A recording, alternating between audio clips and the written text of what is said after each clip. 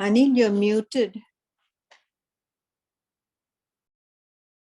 Namami Bhagavat Pada Shankaram Loka Shankaram Shankaram Shankaracharyam Keshavam Badarayanam Sutra Bhashya Kritau Vande Bhagavantau Punah Punah Shri Chinmaya Yatishasya Gurum Vande Tapovanam Tam Himavad Vibhutim Vai Jnana Vairagya Rupinam Samasta Jana Kalyani Niratam Karunamayam Namami Chinmayam Devam Sadgurum Brahma Vidvaram Sadgurum Brahma Vidvaram Om Shri Ganeshaya Namaha Om Shri Saraswatye Namaha Om Shri Gurubhyo Namaha Om Bhadram Karnebhi Shrunuyama Devaah Bhadram Pashye Makshabhiryajatraah Sthirairangai Stuštuvagam Sastanubhihi Vyashema Devahitam Yadayuh Swasti na Indro Vriddhashravah Swasti na Usha Vishvavedah Swasti nastarsho arishtanemihi Swasti no Brihaspatir Dadatu Om Shanti Shanti Shanti Hari Om. So we are going to finish the 5th query today and then begin the 6th one also today. So in the 5th question, the student asks the teacher, what happens to an individual who chants Om with full faith but does not reach the highest? Does the Om Upasana, and what loka does he go to?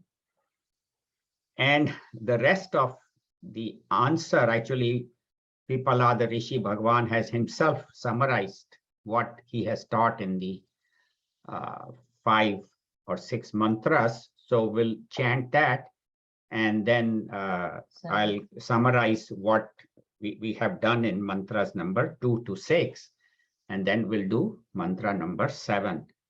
So Varshaben, you have the book, mantra number 7, query 5, page 200. You can unmute, please. Rigbharetam. Rigbharetam. Sorry, Rigbhiretam. Rigbhiretam. Yajurбhi antariksham. Yajurbirantariksham. Samabhiryat kavayo. Samabhiryat kavayo. Vedayante. Vedayante. Tamomkare naiva. Tamomkareneva. Ayatanenanveti. Ayatanenanveti. Vidvan. Vidvan. Yat shantam. Yachantam. Ajaram. Ajaram. Amritam abhayam. Amritam bhayam. Param cheti. Param cheti. Okay, please mute. We can chant together. Rigbhiretam yajurbirantariksham samabhiryat kavayo vedayante tam omkare naiva ayatane nanveti vidvan yat shantam ajaram amritam abhayam param cheti. So this is the last mantra of this query, and the Rishi always in the last mantra does not forget that this is an Upanishad. So he takes the student to the highest knowledge, no matter what level the question is.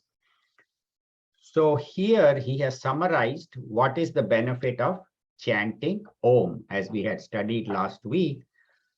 Chanting of Om, focusing on the A matra. A matra means serving the world, giving reality to the world and serving the world.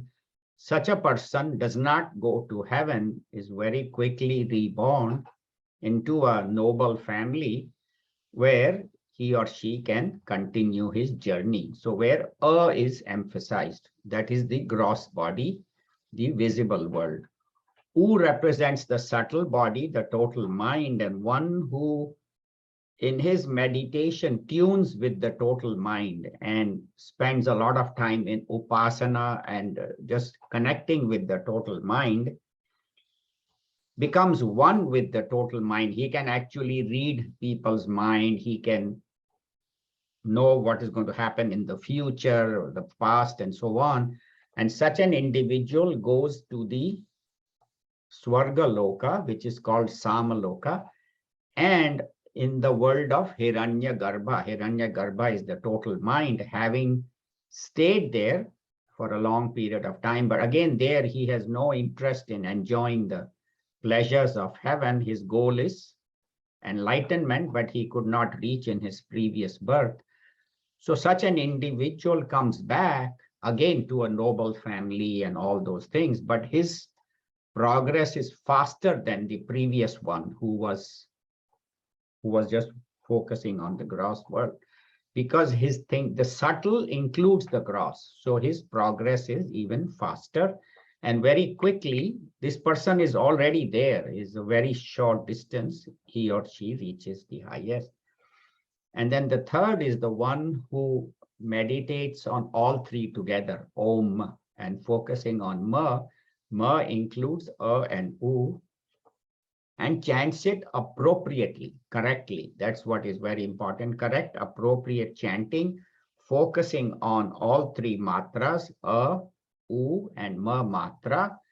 Such an individual goes to Brahma Loka. And in Brahma Loka, the Brahmaji himself guides him. And at the time of Pralaya, he merges into the totality. And it doesn't necessarily have to mean that he'll become enlightened only at the time. He could become enlightened very soon, but his stay in Brahma Loka, of course, in Brahma Loka, 1 day of Brahmaji equals, the whole our 8.4 million years. So it's not that he's there for that long, because time is relative. So, and then the fourth one, which is called the Turia State, Ma, and Turia, which is the silence, which is of the silence in between the Oms. What happens to some such people? So Rig Bhiretam. So those who concentrate on O, they go with the Rig mantras, the Devata of the Rig mantras. Etam, in this world they stay.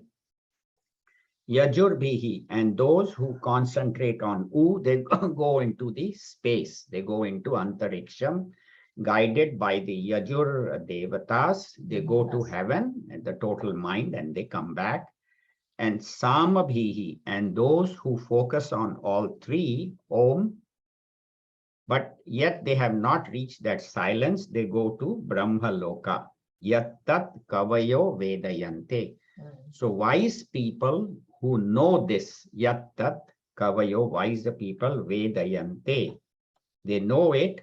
Then what do they do? Omkare Naiva, using Omkar itself. Omkar itself is Brahman, is the highest mantra. The Rishi had already said Para and Apara are both Om. So using Omkar as a Ayatanam. Ayatanam, we chant when we do mantra pushpam. Ayatanam means the support. The support. So using Omkara and the silence as the support, Anveti, when he searches, when he seeks, such a seeker who becomes Vidwan, who is wise, not only worldly wise, but he's spiritually wise. Then what does he reach? Yat Shantam. That's Shantam. That peaceful, Ajaram, undecaying, Amritam, immortal, Abhayam, fearless, Param, he reaches, Cha iti.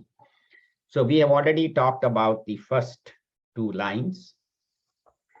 So when he meditates on the silence between the Oms, he reaches that infinite state of silence, infinite state of peace, infinite state of realization.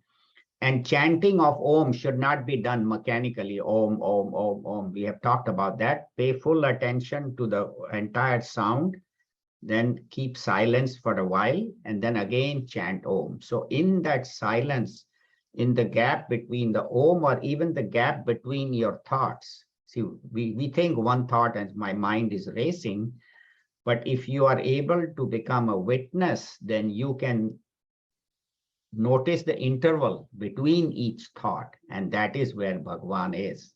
That is where the Brahman resides. But they say, why in this Upanishad so much upasanas are given? See, most of the upasanas are given in the Karma Kanda, the Aranyakas or the all of those.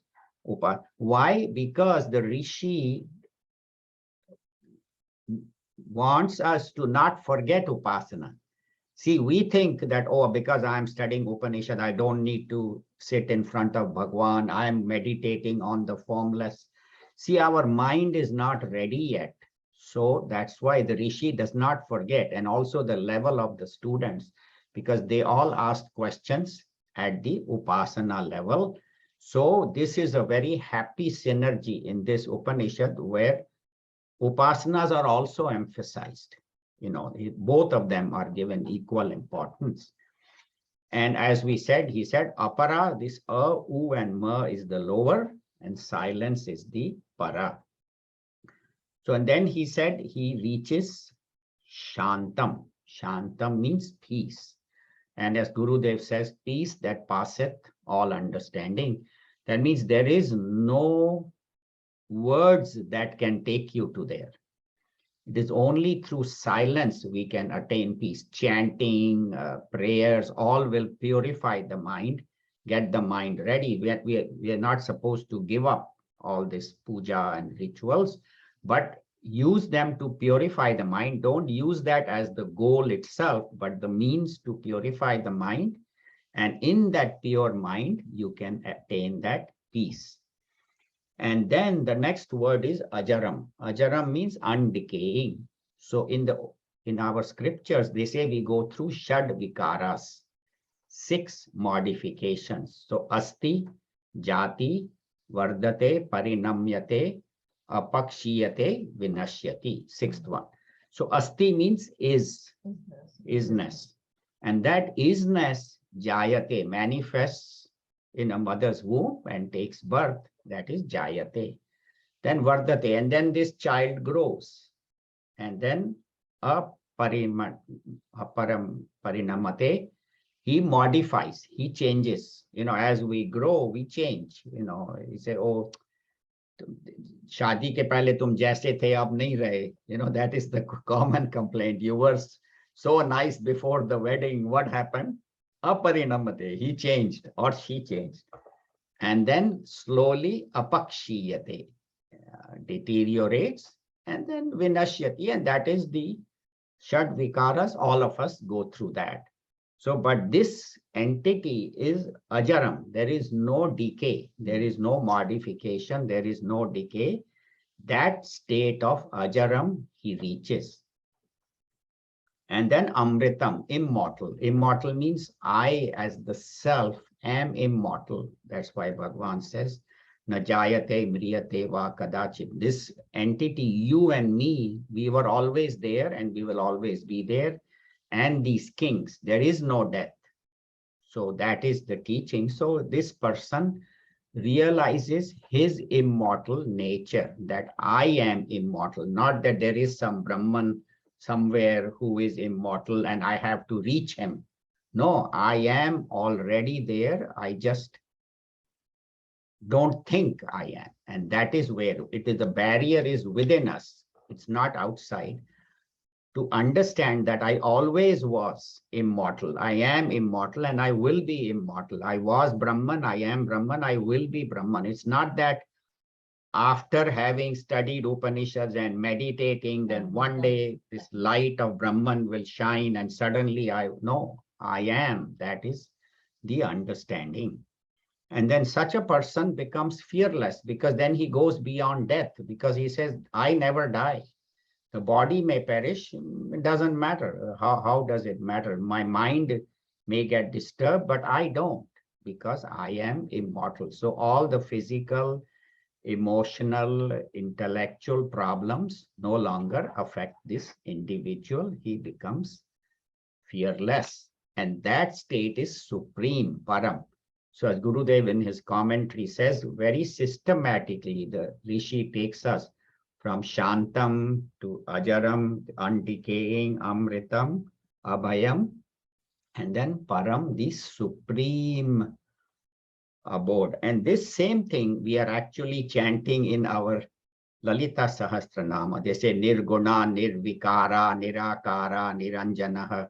We chant every day because she is without quality. She is without form. She is without change, deathless, immortal.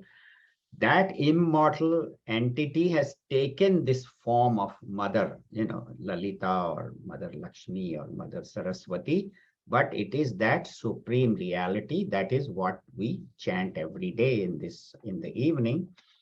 So these words indicate the truth, but cannot explain the truth. The truth we have to realize ourselves. The next one is a little long. Kusum, would you like to repeat? That's why Gurudev said that it is talking to us in the language that we understand. Of the infinite. Yeah, the Guru is at the level of the infinite, but he's talking to us because we are still at the finite level. We are still at Ma. Guru is in Turia. So he is the highest. Would you like to chant, Kusum, the second one? It is page 207 in the black Is book. it my book is only the last one is 7 that is finished, and Yeah. then it is the query. We don't 6. have another one. 6 I is don't have any. No, Sixth- it's the next The chapter, sixth query, the second mantra. the first mantra. First No. mantra or Oh, second first mantra? mantra of sixth query, yes. Okay. Oh, Yes, I We have are that. done with the we are done with the fifth The query. 5. So sixth one now. Okay. Sixth Yes, I query, have first that. one, sorry. Yeah. Okay. Yeah, so now the sixth query is starting, and according to Gurudev, this is the highest Yes. level of this Upanishad.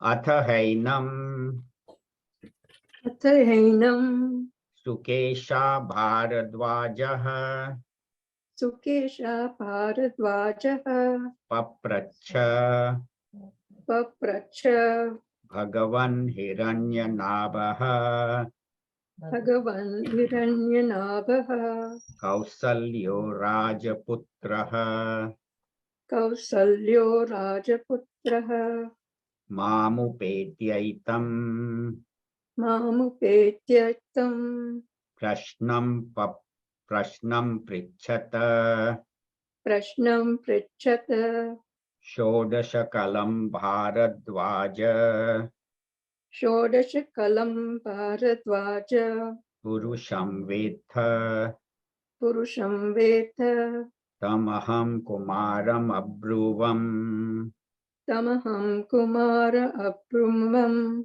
Nahamimam Veda Nahamimam Veda Yadyaham Imam Vedisham Yadyaham Imam Vedisham Katham Te Navakshyamiti Katham Te Navakshyamiti Samulo Va Esha Samulo Va Esha Parishushyati Parisushyati Yo Anritam Bhivadati Yo Amrutam Pivatati Tasman Narhamyanritam tasmanaryaham abhrutam vaktum vaktum satushnim ratham aruhya satrushnim ratamaruhya pravraja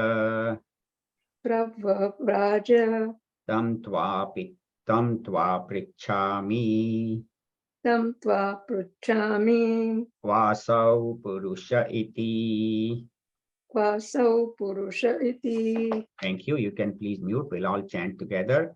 Atha hainam sukesha bharadvaja papracha bhagavan hiranya nabha kausalyo rajaputraha mamupetyaitam prashnam pricchata shodasha kalam bharadvajam purusham vetha tamaham kumaram abruvam naham imam veda yadyaham mama vedisham katham te navakshyamiti samulo va esha parishushyati yo anritam bhivadati tasman aharyam vaktum Satushnim Rathamaruhya Pravraja Tam Tva Prichami Kvasau Purusha Iti. Beautiful question. So the student is Sukesha and he's son of Bharadvaj Rishi. Bharadvaj, he's the son of Bharadvaj Rishi. That's why he's called Bharadvaj. As you can see, all the students come from very high lineage. They were all children of great rishis and themselves had studied a lot before they came to the teacher, and then they stayed 1 year with the teacher, practicing brahmacharya, shraddha, and sitting and studying with the teacher and staying in the ashram. Now they are ready to ask. And we can see that this 6th student is the most patient. He has patiently waited for his turn. He has patiently stayed 1 year, even though he himself had studied a lot, was a great seeker, and a very beautiful question he asks. So, atha hi enam. Now, atha means now this Rishi, Sukesha Bharadvaj, who is the son of Bharadvaj Rishi, papracha, he asked. What did he ask? O Bhagavan, to the Guru, he says, Hiranya Nabhaha Kausalyaha Rajaputraha. So the Kausalya Desh was there, and the son of that king, the prince, the crown prince of Kausalya, called Hiranya Nabha, came to me and he asked me a question. Mamupetya, coming to me, he etam prashnam prichata. He asked me this question. What did he ask? Shodasha kalam Bharadvaj Purusham Vetaha. O Bharadvaj, who is the son of Bharadvaj Rishi, do you know Shodasha kalam? Shodasha means 16, kala means kalas. So Purusha is the supreme, but with 16 kalas. So how can the supreme have kalas, have parts? How can it have definitions?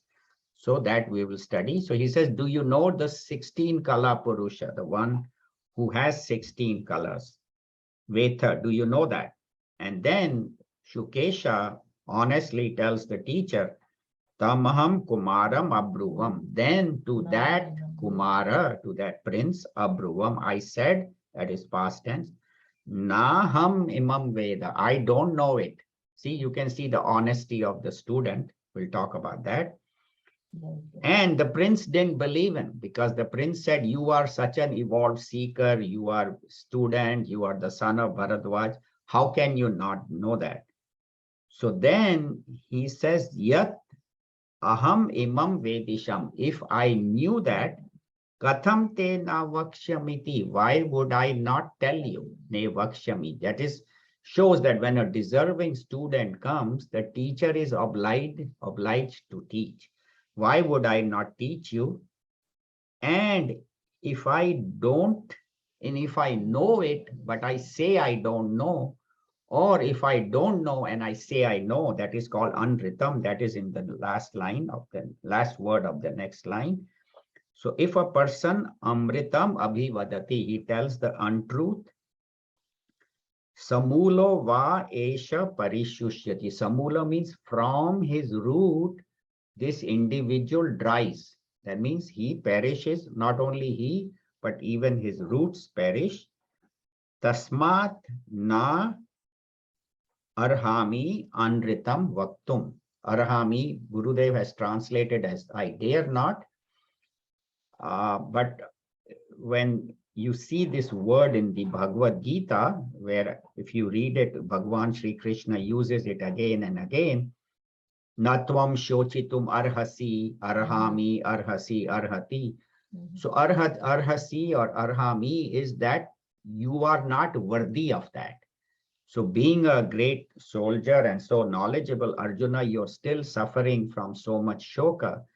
So when the Sukesha tells the student, that prince, that na arhami means it is beneath me, it is does not behoove me. If I am a spiritual seeker and I still tell lies, then I'm falling from my, so it does not behoove me. I should not, as a spiritual seeker, tell lies. So that's what he says. One who says it will dry from the root. We'll talk about that. And then did the prince get satisfied or not? Probably not, because Satushni, he became very quiet. He said he doesn't know. Ratham Aru, here he climbed on his Ratha, his chariot. Pravraja, he left.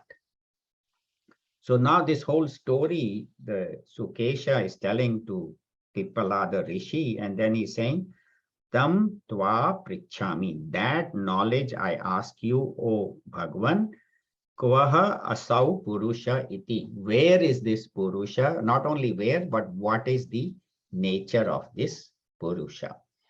So we have seen the student very patiently waited for his turn, and he asked the question out of a genuine desire to know.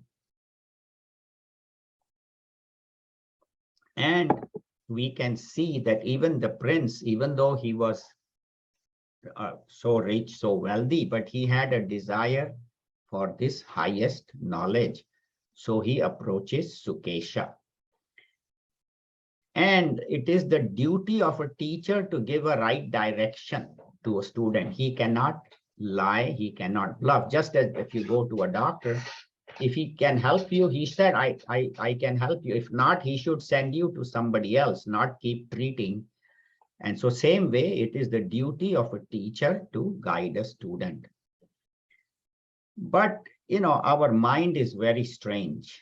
We are very good at making ourselves look good. So Sukesha could have easily said, he had studied something, so he could have just made up something, this is what Brahman is. Now that prince would have been satisfied, right? Oh, this Sukesha is a great teacher, and he would look very good in the eyes of everybody. What a great teacher. He answered the prince's question. Prince would have gone satisfied. Sukesha would have looked good. And he thinks it's a win-win situation for everybody. The prince is satisfied, I look good. No, actually it is a lose-lose, because the prince thinks he has the answer and he won't seek it anymore. And Sukesha also will say, I already answered it, kya maine answer diya. So he won't progress any further. The prince won't progress. And sooner or later, these karmas will come back to which he will talk about.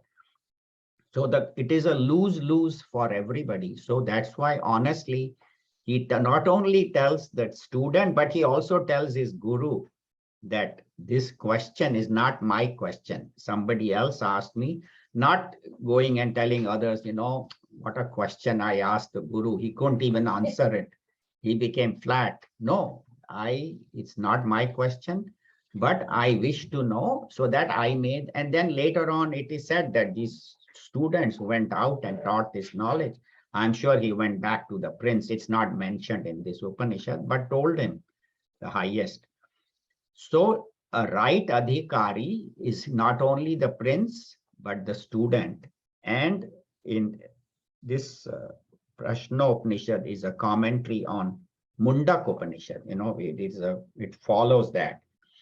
So in Mundak Upanishad, there is a famous line which we use in India, Satyamev Jayate na anritam.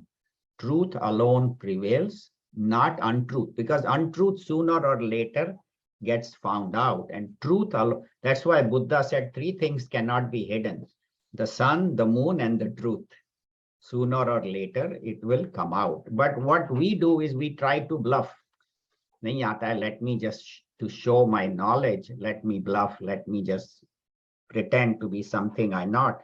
So this reminds me of a story. So there was this doctor who had put a sign on his clinic that if we can find out what is wrong with you, give us $20.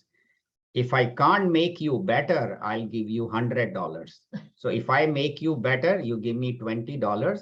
If I can't make you better, I'll give you $100. And so people started coming. And this one guy says, I have to bluff this doctor. So he says, doctor, I can't taste anything. My sense of taste is gone. So doctor says, it's gone? He says, yeah, it's completely gone. So doctor tells the compounder, in India, they have compounders. So he says, bring bottle number 22, and that has kerosene, this horrible tasting. So he says, put 4 or 5 drops in this guy's tongue. He said, oh, this tastes terrible. He says, see, your taste is back. Give $20. So he gives $20. After some time, he says, I have to get my $20 back. So he goes back and he said, I can't remember anything. My memory is gone. Doctor says, gone? He says, yeah. So he tells the compounder, bring bottle number 22. And as he's about to pour, he says, no, I don't want. He says, see, your memory is back because you remember this is horrible. So $20 more. Now this guy is really upset. He says, I have to get my $40 plus 100. So he says, you know what? I can't see. He walks after a month with a walking stick. I can't see anything. I can't see anything. And doctor says, that's true. He waves, you can't see anything. Okay, I give up. Here's $100. So doctor gives him. So the man says, it's not 100, it's only 20. So doctor says, see, your vision is back.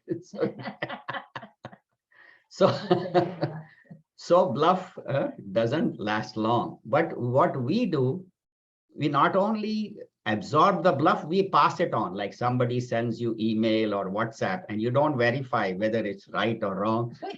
We just forward it, to 20 people without confirming. So that is called bluffing. And it is very interesting. The teacher didn't tell the prince that give me 20 gold coins, then I will tell you. No, he said, I will find out. And that's what the glory of our teachers was, that the knowledge was always given free. Even in Taittiriya Upanishad, when you read Shiksha Valli, there is no charge to the student. Student stays in the ashram for several years, is given the knowledge. That's what Gurudev does in Mumbai. He started that the student is kept for 2 years completely. Everything is taken care of, no charge, and they are given education. And then these rishis, their ashrams were maintained by their alumni, somebody who had graduated and become a prince or had a nice job or a position, they would support. So knowledge was given free. And that's why our country is called Bharata. Bharata means one that revels in knowledge. So the knowledge was never charged for. And in fact, these Upanishads, there is no patent, there is no ownership. Even the name of the Rishi is not there in most of the Upanishads, because the Rishis had no ownership. They said the Brahman is talking through me, I am, because they were always abided in Brahman. And why is this wrong? Because telling a lie, suppose you have told a lie, your past, your present, and your future, from the root it gets. So why the past and the present? Because I have the present because of my past karmas. But if I damage my present, then I won't get the results of my past karmas. And then having done wrong, my future will also be affected. Secondly, a person who is dishonest, has stolen money, absconded, his whole family suffers, right? He has run away with the money, but the people to whom he owe money, they will come to the wife, they will come to the children, give us money. So he will suffer, his whole family will suffer. So that's why he says, I am the effect, but the cause is my family. So that's why I have to tell the truth. Anritam, at my being a seeker, I should not tell untruth. And also the Brahma Loka is called Satya Loka, another name for Brahma Loka. So if I want to go to Satya Loka, I cannot go with Anritam. I cannot go with Asatya. And the teacher, Sukesha did not think the teacher will look down upon me. Are kya hai? He couldn't even answer the prince. Because for the teacher, everybody is Brahman. For the master, realized master, we are all Brahman. So it doesn't matter what you ask. You can never fall from your Brahman status. In the Kane Upanishad, there's a very beautiful little short story where the teacher, there were a group of students and the teacher taught the entire Upanishad, Kane Upanishad, to all the students.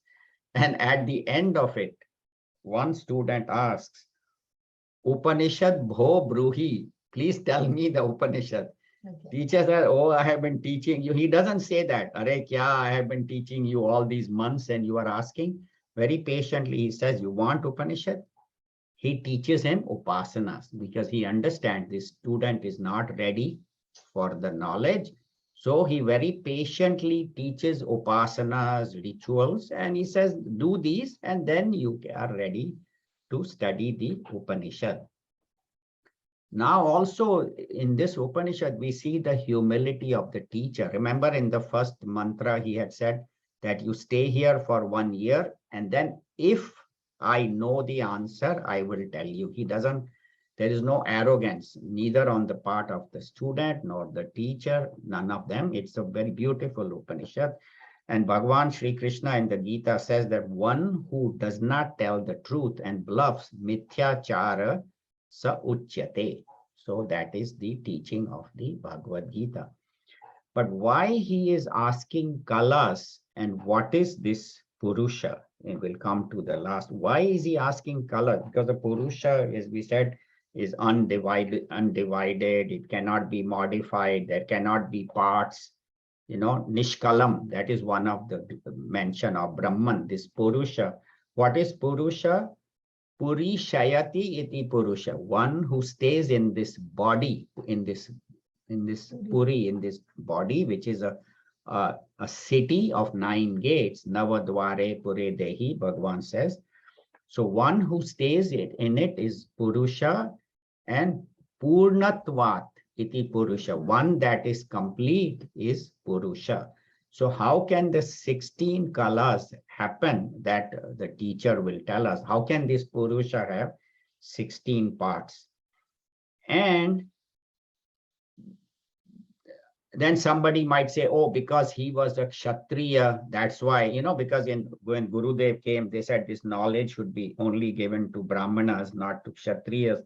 So the teacher whose commentary I was listening, he says, we are not going to start asking caste and all. Hardly anybody already comes. You know, these people, seekers of this knowledge are so rare. Everybody is seeking Lakshmi Devi. How many are seeking Narayana? Think about it. In this world, everybody is seeking Lakshmi Devi. Very few want to know who is Narayana, who is the Supreme. So if we start distinguishing, eliminate this caste, there will be nobody left. So that is the rarity of this knowledge. And Kala also has another meaning. One is art, music, one is parts. Kala also means conceals, that which hides, like an actor. He may be a millionaire, but he puts on clothes of a beggar and acts like a beggar, or a Kathakali dancer where she covers her face with that mask. And there is somebody behind the mask. So similarly, this kala conceals as though Brahman from our vision. And this whole world is an appearance. Gurudev in his commentary says, just as a diamond has 16 aspects, has different aspects. So similarly, Brahman has 16 aspects, not 16 parts. And that is the importance of this knowledge. And that is the introduction. And there is a very beautiful line, Swatantrena Brahma Vidya Anavesham na kuryat. Swatantrena Brahma Anveshanam na kuryat. One should not try to get this knowledge by oneself, but must go to a teacher and not try to learn by myself. We have some time, so we can do the mantra. We may not have much time for questions, but we'll do the next mantra, which is short.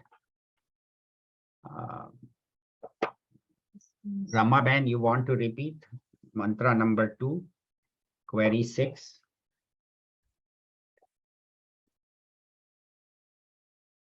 You can unmute.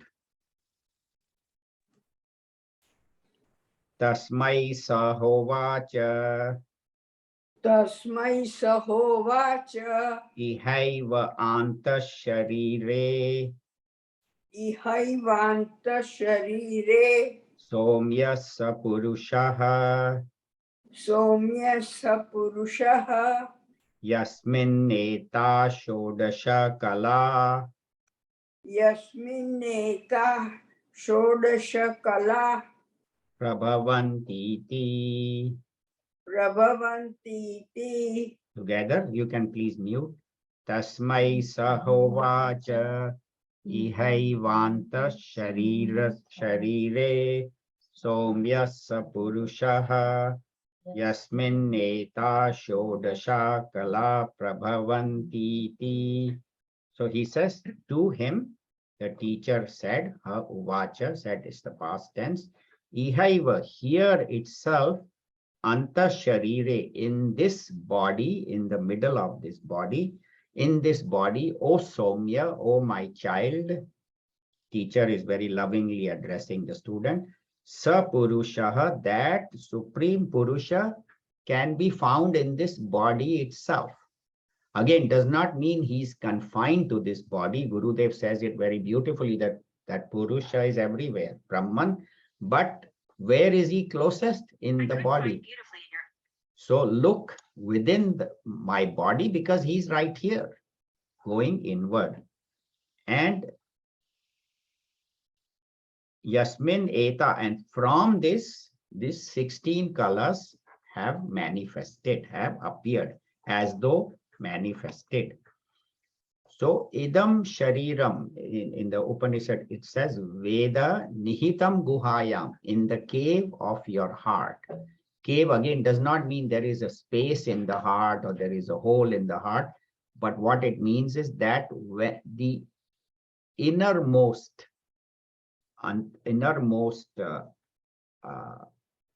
of my heart, where all the thoughts originate, all the good thoughts originate, and that is where this can be found.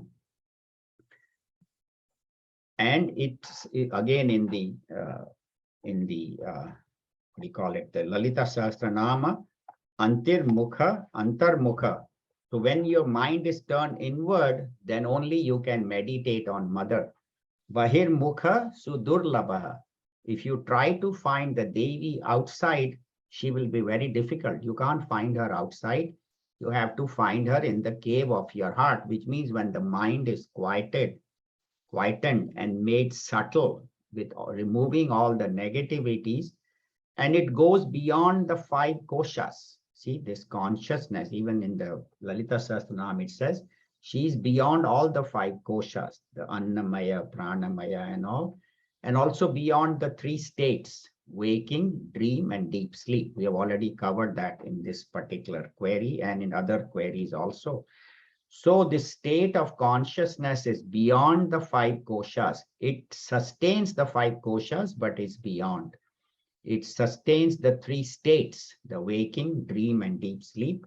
but it is beyond. So one has to become antarmukhi, one has to go inward, and this knowledge will reveal itself. I heard a very beautiful example. So they say, suppose you have a dirty plate, you have eaten rice with sambar and chutney and dahi and all those, typical South Indian way, where the whole plate is covered with food and you have eaten. So the food is still staining the plate, right? The plate is covered with food, but you need to wash the plate. So what do? You put soap.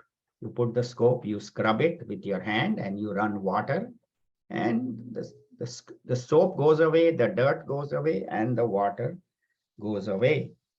So similarly, Brahman, and then what remains? The plate alone remains, untarnished, unblemished. So Brahman is like that plate, and the dirt is our ignorance. So this Brahma Vidya is like that soap. This Upanishad is like that soap, which cleans us and then itself disappears. Then Brahman alone remains. So this Upanishad says that even you surpass the Upanishads to reach Brahman alone. A beautiful example how these Mahatmas from daily activities, how can they come up with this high? Everybody, we wash dishes every day, but do we ever think about that? So that's the beauty of this, these Mahatmas, these great teachers. So he says, like the soap goes away. And so this Brahman manifests as us, as all of us, and also manifests as avatars. And there's one very beautiful point, and I will end with that and then leave about 10 minutes for question. We say Sri Krishna is Purna Avatar. He has all 16 colors. And Sri Rama had 12. And then Purna and this Kurma and, Narsimha, they were lower avatars of Vishnu. No, when Vishnu is Purna, complete, Brahman, how can his avatars be incomplete? Only thing was they came for a particular purpose. Kurma came for a particular purpose. Narsimha came just to destroy Hiranyakashipu. Ramchandraji Bhagwan came to show us how an ideal person should live. Sri Krishna showed us how even maintaining his divinity, how this. So the point is that not only the 10, but there are so many avatars of Vishnu. They are all Purna. To think that one is superior to the other is ignorance. Kurma is as much Purna as Narsimha, as Sri Rama, as Sri Krishna, because when the infinite manifests, can only manifest as infinite, which means you and I also are Purna manifestations of that Brahman. And the second point is that everything is Brahman, so that's why we worship all. We don't think anybody is inferior, and there is no question, oh, what came first, space and the air and fire, water, even though in Tattva Bodha, this we are taught that because of our level. But ultimately, you have to understand that nothing manifests, it is Brahman alone. Very beautiful Upanishad, and he will talk more in detail about the 16 colors and who is that Purusha and all that. So we have 2 more classes because we have 6 more mantras. So we'll do 3 each and finish in 2 weeks. I think, yes, 6 more mantras. We have about 10 minutes for any questions or comments. And Swamiji is coming from the 16th. Yeah, Swamiji will be arriving on 16th. So 17th to 21st, Monday to Friday, we will have lectures in the evening. Shweta Ashvatara Upanishad, which is, Shweta Ashvatara is a beautiful Upanishad. And it's named after the Rishi, whose name was Shweta Ashvatara. And Swamiji will be doing the first chapter. It will be in the evening. You will be getting the email. So please make a note, October 17 to October 21st, 5 days, Monday to Friday. And Swami Ishwaranandji will be here. So please try to attend. And it will be in person. It won't, but I mean, those who are out of town can attend in Zoom. On Zoom, it will be 7 to 8 p.m. Yeah, 7 to 8 p.m. California time, but we would request all of you to attend in person, not attend on Zoom, because Swamiji is here, so we should show our presence. But for out of town people, the same Zoom link will apply. So, but we would encourage everybody to come to the mission. Any questions, any comments? So, Anilji, I have a twofold question regarding Sure. chanting of the Om that you discussed. So, number one is there any specific way we should be chanting Om? And the second question is that you discussed the difference between the alphabets, the A and then U and M. So while chanting Om, do we need to distinguish in our mind those alphas? No, I just chant it as a continuous but slowly. So the attention should be on the whole word. That's why it is said in the fifth query that one who chants it correctly, paying attention to all three matras, but you don't have to in your mind, you just chant it as a continuous and then end with the ma, like that. The ma you can lengthen a little bit and then give it a little gap and then again, Your attention should be on the silence that on which this Om is coming. So that Yes. is what Turia State is. Right. So Right. Just like a sound comes, there is a silence, and then some sound comes, it comes from that silence, stays in silence. Silence is still there, and then it merges back to silence. The same way, when you're chanting Om, our attention should be on that silence. Yeah, thank you. So that silence is the Turiya Avastha. So all the other three, the waking, dream, and deep sleep, emerge from Turiya and merge back into Turiya. Actually, there is no emerging and merging. Actually, there Correct. is no creation. Yeah. Any other question you have? Okay, thank you. Ambika, you have some? Yeah, it's not a question. I'm just it's just an observation. When you talk about the Om as separating, or at the end of the day we are saying Om continuously, but when you talked about the three syllables that is Om, isn't it more or less like the evolution of a devotee? Like the actually means the beginning stages of devotion, and as you get more and more evolved, it's like the U and the Ma part, and then the final Turiya part is when you're like fully evolved. Is that what is actually meaning? Absolutely true. That's exactly correct.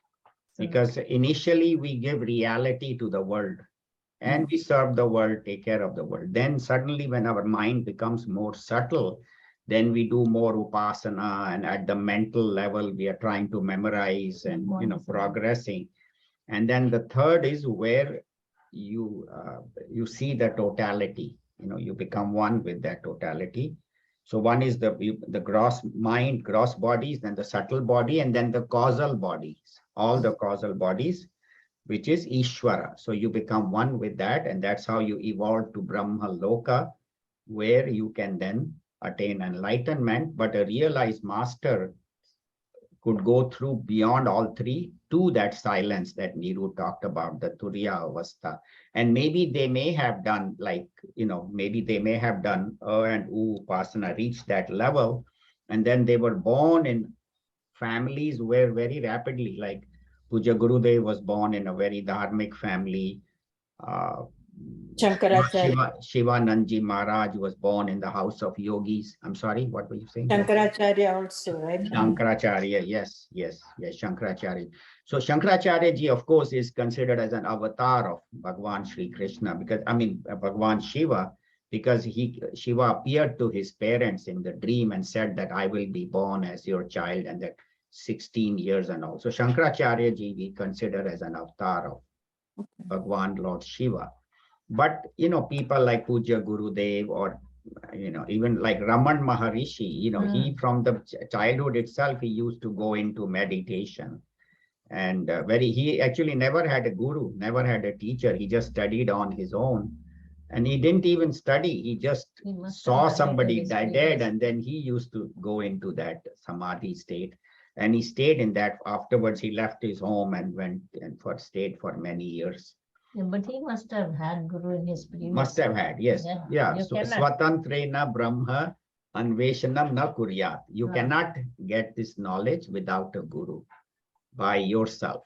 So yeah, they all must have had gurus, and they must have. That's what Arjuna asked Sri Krishna, that if I don't reach, then what happens? Krishna says, don't worry, nothing gets wasted. You will be born in the house of wise people. Srimatam loke deva brashto bijayate. So those who are you'll be born in the house of wise and comfortable life you will have where you continue your journey. Hmm. Now, you're right, Ambika. These are 4 stages of evolution. While chanting, where your attention is. Where See, your it depends on your evolution. Right, See, right. And also while functioning in the world, where your attention is. Is it on the gross world you're giving importance, or you're giving to the subtle world, or to the causal? Causal means I have to dissolve all my vasanas and merge with that totality. So that's why 4 stages. Yes, thank you. Yeah, that's very true. Anything else? Kusum, you have any comments, any question, anything from Gurudevs? We have a minute or so. No, I was just looking at the notes from Vimalji did this. Vimalji. And Yeah. he said this mantra 2 is like a, if we read the last paragraph in the mantra, like, and yet may wonder why the Rishi says labor to explain that which is false is such an elaborate fashion, only to indicate at the end of it all that Purusha, which is the reality behind them alone, is true. And he says this is only method by which the infinite can be pointed out. Right. It's like gives the example that some water has to be brought. You cannot just bring the water. You have to have a vessel in it. Container. So this is like indirect way of pointing it out. And he said the method that they're using, the teacher has used here is superimposition on the superimposition, and then remove all the superimposition. So that's how he's explaining, because you can't explain the infinite. So he has to point it out and give the correct answer. So that's what he said. Thank you. Yeah, it's called Adhyaropa and Apavad. So like on that plate, you have the dirt, and then you remove the dirt with the soap. So on the Brahman, this world is superimposed because the student is seeing the world. And then ultimately that Apavad, that superimposition has to be removed. Thank you. Kerry, we have one last question then. It was a quick question. I was just wondering if the Rishi, Pipilada, and these 6 students, are they mentioned in any of the other Upanishads? No, each Upanishad is independent. So with a different okay. student and a different Rishi. So they're only at least 108 Upanishads we know of, but there were several hundred that have finished over the years. So each Upanishad is independent. Is one particular Rishi and one or more than one students. okay. Thank you. So we can end. Om Purnamada Purnamidam Purnat Purnamudachyate Purnasya Purnamadaya Purnameva Vashishyate. Om Shanti Shanti Shanti. Harihi Om. Shri Gurubhyo Namaha. Harihi Om. We'll talk a little more next week about Adhyaropa and Apavad that Kusum mentioned. We'll go over that in a little more detail. Thank you. Hari Om. Thank you. Thank you. Anilji, what Thank time you. is Thank you. Today the Lalita Sahasranam chanting will be 6 to 7, and then Ramayan will be 8 to 9:30. 6 to 7? Yesterday I logged in for 15-20 minutes. It didn't come. No, Time it was there time. yesterday. No, it's not this particular Zoom. It is a separate Zoom. For Lalita Sahasranama is a separate Zoom. I sent it. I have that. I have been using it, but yesterday it didn't log in. Oh, I think because Sudhaji was little late, I think yeah, but Okay. it will come today. We'll make sure. Okay. And the then same 8 time, to 9 o'clock. 9, yeah, and then 8 to 9:30 will be Ramayan. Okay. I thank know you. for you it's late, but those who are in town should try attend. It's very good. Thank you. Thank you, Hari Om. Thank you. Hari Om. Thank you.